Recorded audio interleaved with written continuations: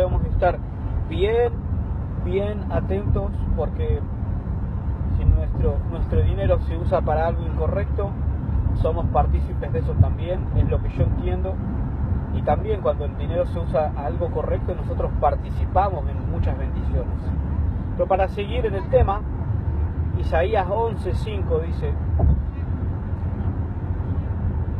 perdón, ese versículo no, una disculpa.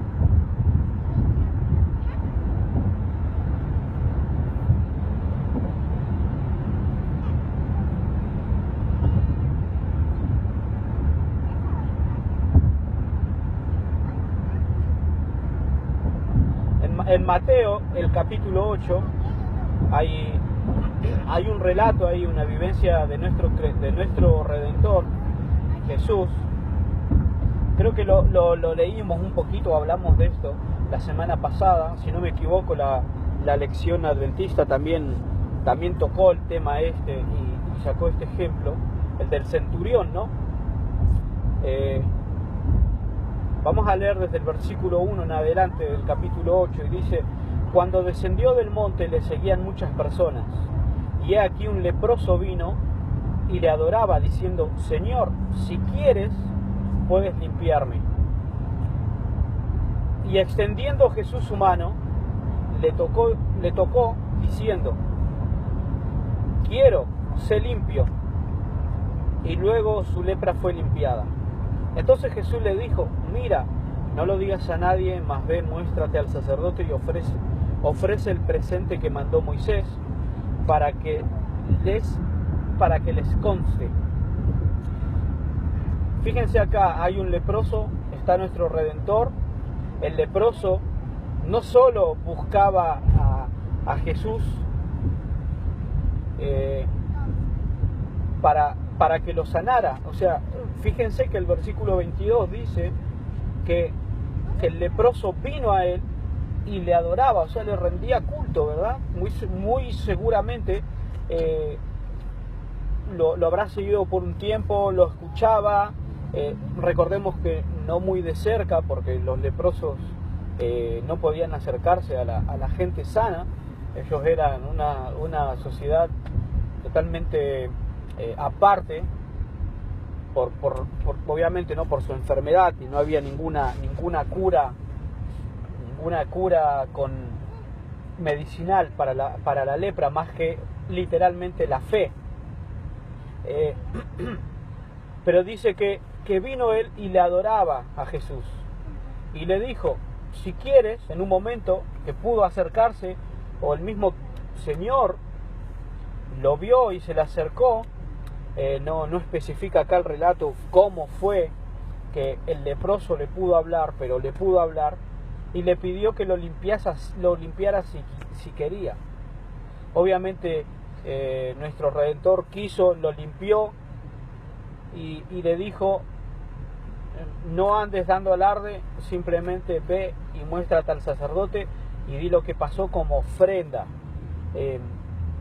Otra vez aquí podemos ver la fe relacionado con la ofrenda, como el relato de Segunda de Crónicas que leímos recién. La fe y la acción, ¿verdad? Este leproso él mismo se presentó y muy posiblemente habrá presentado algún tipo de ofrenda al santuario en aquella época. Pero fíjense que hay otra persona más que viene con fe a pedir al Creador que le ayudara. Dice que el versículo 5: Jesús entró en Capernaum y vino a él un centurión rogándole. Un centurión, usted imagínese, si usted vive acá en Estados Unidos, imagínese esos policías que hay, bien grandotes. Me ha tocado ver varios muchas veces y me causan cierto tipo de impresión, ¿no? Porque cargan sus chalecos, en el cinto cargan, ¿no?, su revólver, de linterna y demás cosas que tienen, pero la ropa que usan los hacen ver a veces muy corpulentos, ¿no? Y más si el policía es alto o fornido. Bueno, algo así más o menos para que usted tenga una idea lo que era un centurión, un soldado romano que obviamente no contaba con la indumentaria que tienen los policías hoy o el servicio militar, pero las armaduras que ellos portaban o los trajes no eran menos impresionantes de los que hoy vemos, ¿no? Sus pecheras de acero, ¿no? De metal, tendrían que ser gente muy fornida, ¿no? Para poder no solo sostener ese tipo de vestimenta, sino que ser ágil con la misma para la lucha y moverse. Entonces imagínense a este tipo fornido, tal vez con cara de rudo, acercándose a Jesús, y dice el relato en el versículo 5 que le rogó, ¿no? El rogar es una expresión así muy posiblemente, ¿no? Podríamos decir humildad, ¿no? O de me pongo a un nivel inferior a la persona a la que le estoy rogando, ¿no? Y le dijo: Señor, mi criado está en casa paralítico, grandemente atormentado. Y Jesús le dijo: yo voy a ir a sanarle. Y el centurión le respondió: no soy digno de que entres debajo de mi techado, mas solamente di con la palabra y mi criado sanará. Entonces sigue el relato diciendo en el versículo 9: porque también yo soy hombre bajo potestad, y tengo debajo de mí potestad de soldados, y a este digo ve y va, y al otro ven y viene, y a mi siervo hace esto y lo hace. Mucha gente no entiende qué significa el relato del versículo 9, pero si uno presta atención, entiende que está relacionado con el versículo 8, que el centurión le dice a Jesús: solamente dilo, así como yo le digo a mis soldados, haz esto y lo hace. O sea, él está ejemplificando la fe, lo que es, y eso es la fe. Y por eso quiero concentrarme un poquito más en el centurión. La fe no es, ay Señor, tengo fe, si tú quieres hazlo. ¿Había aquí un asunto grave? Sí, el sirviente del centurión estaba grandemente enfermo. ¿Era algo que Jesús quería hacer? Sí, para eso vino Jesús a la tierra. Para eso Él nos contacta. Es justamente para eso, para sanarnos. No debemos dudar en cuanto a las enfermedades, si nuestro Creador nos quiere salvar o no. Hay situaciones en las que a veces la persona es mejor que tal vez fallezca, ¿no? Muera en lugar de que se sane. Les voy a contar una historia que pasó en la iglesia de mi mamá cuando ella era joven. Había una muchacha que había caído grandemente enferma, una joven que era muy devota, muy activa en la iglesia, pero cayó enferma casi de muerte.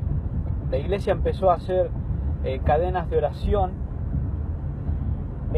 Varias iglesias oraron por la muchacha milagrosamente se sanó, y después de sanarse se alejó, dejó las cosas de la iglesia. Con el tiempo se alejó y no volvió nunca más. Muchas veces yo escuché a mi mamá contar la historia y decir que uno debe de pedir la voluntad de Dios, y estoy totalmente de acuerdo. Lo que yo no creo, o lo que creo yo que pasó en esa situación, es que simplemente los padres de esa muchacha enferma, casi moribunda, se cegaron. Y eso es lo que a veces nos cuesta a nosotros, es entender que nuestros seres queridos, o entender lo que a veces le hace mejor a nuestros seres queridos. Tal vez o estoy casi seguro que los padres sabían o presentían que si su hija se sanaba, muy posiblemente ella iba a cambiar sus caminos.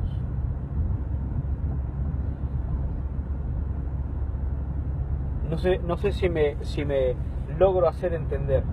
No era el problema que había que pedir la voluntad de Dios, porque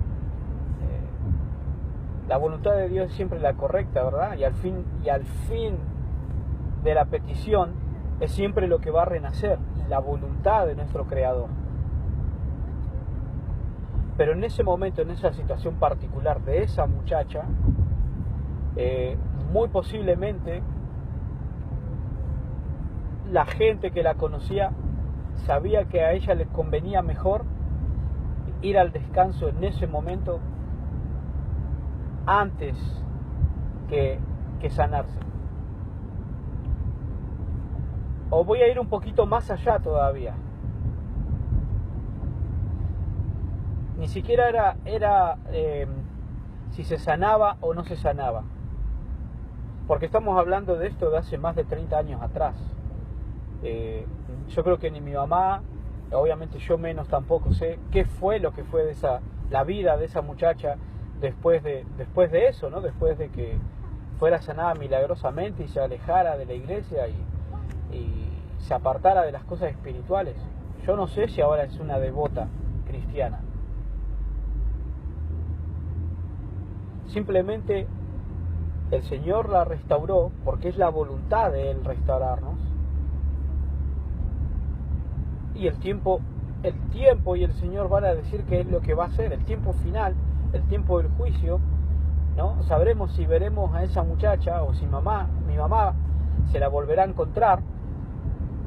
Si ella a lo largo del camino de su vida se volvió a encontrar con el Creador y restauró sus caminos espirituales y otra vez volvió a lo que era la vida espiritual. No lo sabemos. A lo que voy con esto es lo siguiente, es que la fe es justamente eso. Esos padres sabían o no si la hija se iba a desviar, si ella contaba con más vida o salud o no, pero ellos pidieron certeramente que la salud de esa muchacha se sanara. Lo pidieron, así como lo explica el centurión. Señor, tú simplemente dilo, así como yo les digo a mis soldados que hagan tal cosa y lo hacen, que vayan a tal lugar y ellos van. Es la certeza de que lo que se pide o lo que se dice se va a cumplir. Eso es lo que está explicando el centurión en el versículo 9. Y sí, no faltaba más, versículo 10.